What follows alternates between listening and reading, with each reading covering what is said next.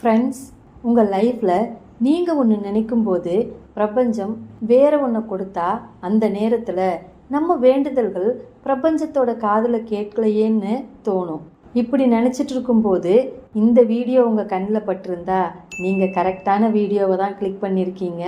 So வீடியோவை தொடர்ந்து பாருங்கள். பல வருஷமாக ஒரு விஷயத்தை அடைய போராடுறீங்க. ஆனால் சின்னதாக ஒரு பிரச்சனை வந்தால் கூட நாம் அடையணும்னு நினைக்கிற விஷயத்த முழுசாக மறந்துடுறோம். பணம், உறவுகள், ஆரோக்கியம்னு ஏதாவது ஒரு பிரச்சனை தொடர்ந்து உங்களை துரத்துற மாதிரியே இருந்தால் இன்னைக்கு நாம் பேச போகிற விஷயம் உங்கள் ஆன்மாவுக்கானது. 2006 வெளியான தி சீக்ரெட்டுங்கிற புத்தகம் ஈர்ப்பு விதி, அதாவது லா ஆஃப் அட்ராக்ஷனை பற்றி பேசி பிரபஞ்ச அளவில் ஒரு பெரிய புரட்சியை ஏற்படுத்தி இருக்குன்னு நம்ம எல்லாருக்குமே தெரிஞ்சிருக்குங்க. அந்த புத்தகத்தில் சொன்ன ஒரு வரியை இந்த நேரத்தில் உங்களுக்கு ஞாபகப்படுத்துகிறேன்.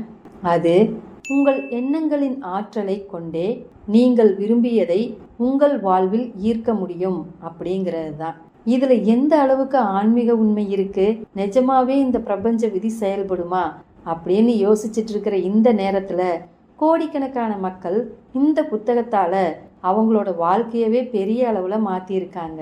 அதனால் தி சீக்ரெட் புத்தகத்தில் சொல்லக்கூடிய அந்த 3 ஸ்டெப் ஃபார்முலாவை கரெக்டாக பயன்படுத்தினா நம்ம வாழ்க்கையை நல்வழிப்படுத்துகிற தெய்வீக சக்தி நமக்குள்ளேயே இருக்கிறத நாம் ஃபீல் பண்ணுறதோட அந்த பிரபஞ்ச ரகசியத்தையும் புரிஞ்சுக்க முடியுங்க.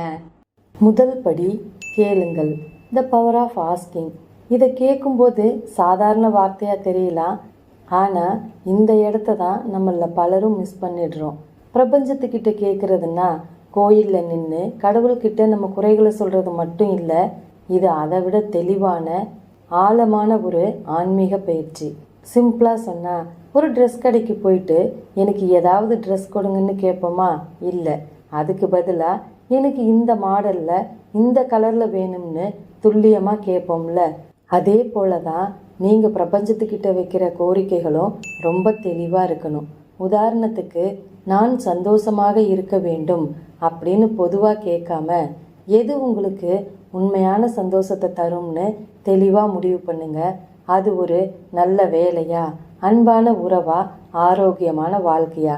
உங்கள் மகிழ்ச்சியை தெளிவாக புரிஞ்சுக்கிட்டு அதை பிரபஞ்சத்துக்கிட்ட கேளுங்க. அதாவது, அடுத்த 6 மாதங்களுக்குள் என் திறமைக்கும் ஆன்ம திருப்திக்கும் ஏற்ற ஒரு வேலையில் நான் அமர்கிறேன்னு கேட்கலாம்.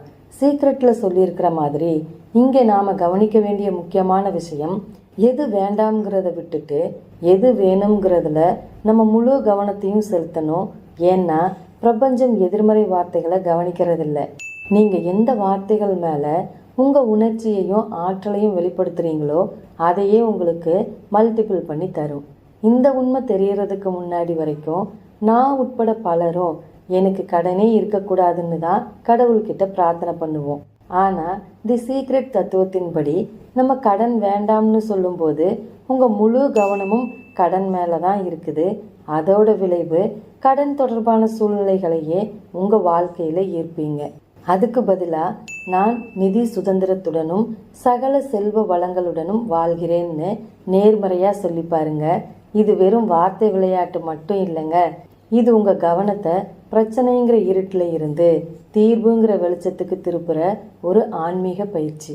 இதை தினசரி பழக்கமாக மாற்ற நம்ம முதல்ல எழுத ஸ்டார்ட் பண்ணணும். அதாவது உங்கள் வேண்டுதல்களை ஒரு டைரி அல்லது நோட்டில் ஏற்கனவே நடந்த மாதிரி நிகழ்காலத்தில் எழுதுங்க. உதாரணமாக, நான் கார் வாங்குவேன்னு எழுதாமல், நான் ஒரு புது நீல நிற காரை ஓட்டுகிறேன், நான் எல்லையற்ற ஆனந்தத்தை உணர்கிறேன்னு அது ஏற்கனவே நடந்ததா நினச்சி உணர்வு பூர்வமாக எழுதுங்க. எழுத்து உங்கள் எண்ணங்களுக்கு உண்மையான வடிவத்தை கொடுக்கக்கூடிய அற்புத சக்தி வாய்ந்தது. நீங்கள் இதை தினமும் காலையிலையும் நைட் தூங்குறதுக்கு முன்னாடியும் படிங்க. ஒவ்வொரு வார்த்தையையும் உணர்ந்து படிக்கும்போது உங்கள் சப்கான்ஷியஸ் மைண்டில் பதிஞ்சு பிரபஞ்சத்துக்கு ஒரு தெளிவான மெசேஜை அனுப்பும். ஃப்ரெண்ட்ஸ், இந்த முதல் படியை சுருக்கமாக ஒரு தடவை திரும்ப தெரிஞ்சுக்கலாம். உங்களுக்கு என்ன வேணுங்கிறதுல தெளிவாக இருங்க. அதை அளவிடக்கூடிய இலக்காக மாற்றுங்க. வேண்டாம்ங்கிற நெகட்டிவ் எனர்ஜியை விட்டுட்டு வேணுங்கிற பாசிட்டிவ் எனர்ஜி மேலே உங்கள் முழு கவனத்தையும் செலுத்துங்க. உங்கள் வேண்டுதல்களை உணர்வு பூர்வமாக நிகழ்காலத்தில் எழுதுங்க. நீங்கள் கேட்குறதுல எவ்வளவு தெளிவாக இருக்கீங்களோ அந்த அளவுக்கு பிரபஞ்சத்தோட ஆற்றல் உங்ககிட்ட இருக்கிறத உணரவும் முடியும். இதுதான் உங்கள் ஆன்மீக பயணத்தோட முதல் பாதை. 2வது படி நம்புங்கள். The art of believing. நீங்கள் தெளிவாக கேட்டுட்டீங்க. இப்போ பயணத்தோட சவாலான ஆனால் ரொம்ப பவர்ஃபுல்லான 2வது படி நம்புறது. இது வெறும் வாய் வார்த்தையில் மட்டும் சொல்லிடக்கூடாது. நீங்கள் கேட்டது ஏற்கனவே உங்களுக்கு கிடைச்சிருச்சுன்னு உங்கள் உடம்புல இருக்கிற ஒவ்வொரு செல்லும் நம்பணும். ஆனால் இது ஒரு கஷ்டமான விஷயம். ஏன் அப்படின்னா நம்மளுடைய தர்க்க ரீதியான அறிவு இந்த நேரத்தில் குறுக்கிடும். இந்த சவாலையும் தாண்டி பிரபஞ்சத்து மேலே அளவு கடந்த நம்பிக்கை வைக்கணுங்கிறது தான் இந்த 2வது படி. இந்த இடத்துல தி சீக்ரெட் என்ன சொல்லுதுன்னா, அது எப்படி நடக்கும்னு நீங்கள் கவலைப்பட வேண்டாம். அது பிரபஞ்சத்தோட வேலை. இதை நாம் ஆன்மீக ரீதியாக பார்த்தா எப்படிங்கிற கவலையை விடும்போது நீங்கள் பிரபஞ்சத்துக்கிட்ட சரணாகதி அடைகிறீங்க. அதோட எல்லையற்ற ஞானம் நீங்கள் எதிர்பார்க்காத வழிகளையும் வாய்ப்புகளையும் உங்கள் கண் முன்னாடி கொண்டு வந்து காட்டும். அந்த ஒரு வழியை மட்டும் பிடிச்சிக்கிட்டா பிரபஞ்சம் தரக்கூடிய அடுத்த 1000 வழிகளையும் உங்களால் ஈஸியாக தெரிஞ்சுக்க முடியும். இந்த இடத்துல இதை புரிஞ்சுக்க ஒரு ஞானியோட கதையை பார்க்கலாம். கடும் குளிர்காலத்தில் ஒரு சாது அடர்ந்த காட்டுக்குள்ள தவம் செஞ்சுக்கிட்டு இருந்தாரு. அவர்கிட்ட உடம்ப மறைக்க மட்டும்தான் ஆடை இருந்தது. குளிரை தாங்க ஒரு போர்வை இல்லை. ஒரு நாள் குளிர் அதிகமாக இருந்துச்சு. அப்போ அவர் வானத்தை பார்த்து, இறைவா, இந்த குளிரை தாங்க எனக்கு ஒரு போர்வை தேவைன்னு மட்டும் கேட்டாரு. அதுக்கப்புறம் அவர் அதை பற்றி கவலைப்படலைங்க. அந்த அடர்ந்த காட்டில் போர்வை எப்படி வரும், யாரு கொண்டு வருவாங்க, இப்படியெல்லாம் எந்த கேள்வியும் அவர் மனசு கேட்கல. அதுக்கு பதிலாக போர்வை அவருக்கு கிடைச்ச மாதிரியும் அதோட கதகதப்புல அவர் நிம்மதியாக தவம் செய்கிறதாவும் மனக்கண்ணில் பார்த்தாருங்க. அந்த உணர்வுலேயே மூழ்கி தன்னோட தவத்தை தொடர்ந்தாரு. கொஞ்ச நாள் கழிச்சு அந்த வழியா போன ஒரு கடைக்காரரோட வண்டி உடைஞ்சு அந்த காட்டுல நின்றுச்சு. உடனே வண்டியில இருந்து வெயிட்டை குறைக்க அவர் அதுல இருந்த சில பொருட்களை அங்கேயே விட்டுட்டு போக முடிவு பண்ணாருங்க. அதுல ஒரு கம்பளி போர்வையும் இருந்துச்சு. அந்த நேரத்துல காட்டை சுத்தி வந்த சாதுவோட சீடன் ஒருத்தர் அந்த போர்வையை கண்டெடுத்து அதை சாது கிட்ட கொண்டு வந்து கொடுத்தாரு. சாது பார்த்ததும் புன்னகைக்கிறாங்க. இந்த இடத்துல தான் சாது பிரபஞ்சத்துக்கிட்ட கேட்ட விதம், அவர் நம்பிய விதம் பிரபஞ்சம் அவருக்காக செயல்பட வச்சது. எப்படிங்கிற கவலையை விட்ட உடனேயே பிரபஞ்சம் தன்னோட வழியை கண்டுபிடிச்சது. இந்த நம்பிக்கை தாங்க ஆன்மீகத்தோட அச்சாணி. இந்த அசைக்க முடியாத நம்பிக்கையை உருவாக்க காட்சிப்படுத்துதல், அதாவது விசுவலைசேஷன், ஒரு தெய்வீகமான கருவிங்க. பிரபல நடிகர் ஜிம் கேரியோட கதை இதுக்கு இன்னொரு சிறந்த உதாரணம். அவர் கஷ்டப்படுற காலத்துல தனக்குத்தானே $10 மில்லியன் ஒரு காசோலையை எழுதி அதுல 3 வருஷம் கழிச்சு வரக்கூடிய ஒரு தேதியை போட்டாரு. தினமும் அதை எடுத்து பார்த்து அந்த பணத்தை அடைஞ்சிட்டதா நம்பினாருங்க. அதை கற்பனையும் செஞ்சாரு. இதுல ஆச்சரியமான விஷயம் என்னன்னா, அந்த தேதிக்குள்ளேயே டம் அண்ட் டம்பர் அப்படிங்கிற படத்துக்காக அதை விட அதிக சம்பளம் வாங்கினாரு. இது அவருடைய அசைக்க முடியாத நம்பிக்கைக்கும் பிரபஞ்சத்து மேல அவர் ஏற்படுத்திக்கிட்ட சக்தி வாய்ந்த இணைப்புக்கும் ஒரு சிறந்த உதாரணங்க. இந்த இடத்துல நம்மளும் நம்மளோட நம்பிக்கையை வலுப்படுத்த சில வழிகளை தெரிஞ்சுக்கலாம். Vision board. உங்க இலக்குகளை பிரதிபலிக்கக்கூடிய படங்களை ஒட்டி தினமும் நீங்க பார்க்குற இடத்துல வைங்க. அதுல உங்க புது கார், கனவு இல்லம், இன்னும் எதுவா வேணாலும் இருக்கலாம். அடுத்ததா அதெல்லாம் நடந்த மாதிரி செயல்படுங்க. Act as if. உங்க வேண்டுதல் நிறைவேறினது போல வாழ ஆரம்பிங்க. உதாரணத்துக்கு, ஒரு வெற்றிகரமான ஆன்மீக வழிகாட்டி ஆகணும்னு நினைக்கிறீங்களா? இப்போவே ஒரு வழிகாட்டிக்கு இருக்கிற ஞானத்தோடவும் கருணையோடவும் பேசுங்க, முடிவெடுங்க. இது உங்க சப்கான்சியஸ் மைண்டுக்கு நீங்க உங்க இலக்குல உறுதியா இருக்கிறீங்கன்ற செய்தியை அனுப்பி பிரபஞ்ச ஆற்றலை உங்களுக்கு சாதகமா செயல்பட வைக்கும். 3வதா சந்தேகங்களை அகற்றுங்க. இது நடக்காது, நான் இதற்கு தகுதியானவன் இல்லை, இது மாதிரியான எதிர்மறை எண்ணங்கள் வரும்போது அதை கவனிங்க. அதுக்கு பதிலா எல்லாம் சரியாக நடக்கும், நான் விரும்பியதை அடைய தகுதியானவன் அப்படிங்கிற நேர்மறை உறுதிமொழிகளை திரும்ப திரும்ப சொல்லுங்க.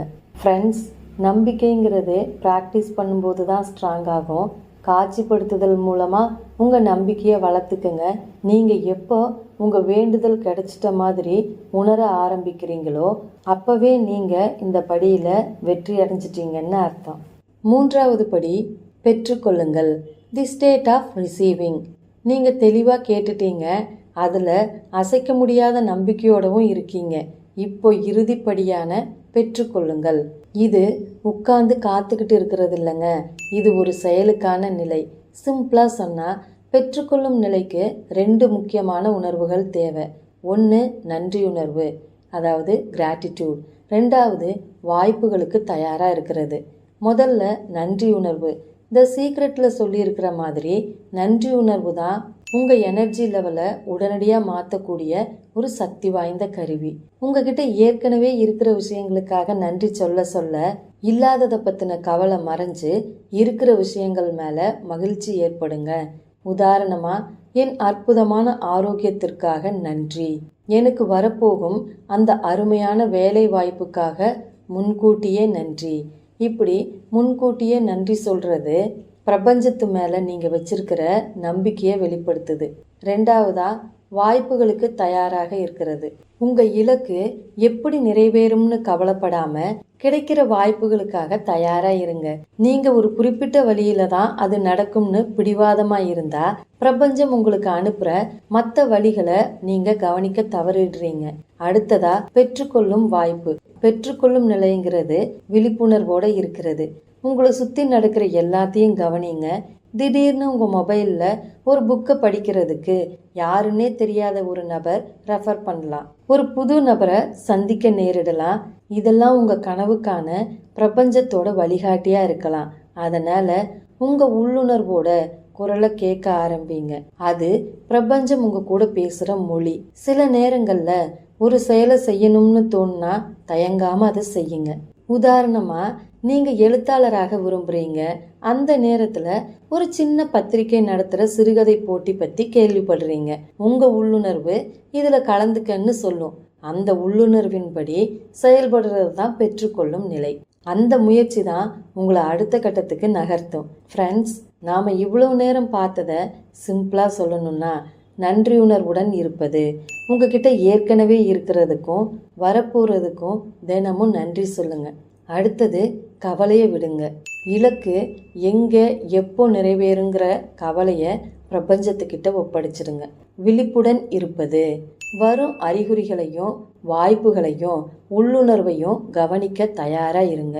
செயல்படுவது. வாய்ப்பு வரும்போது தயங்காம முதலடியை எடுத்து வைங்க.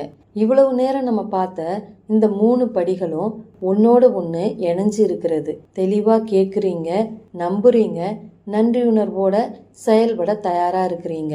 இந்த தெய்வீக வழியை பின்பற்றும் போது உங்கள் எண்ணங்களுக்கும் வாழ்க்கைக்கும் இடையில ஒரு சக்தி வாய்ந்த ஒத்திசைவு ஏற்படும்.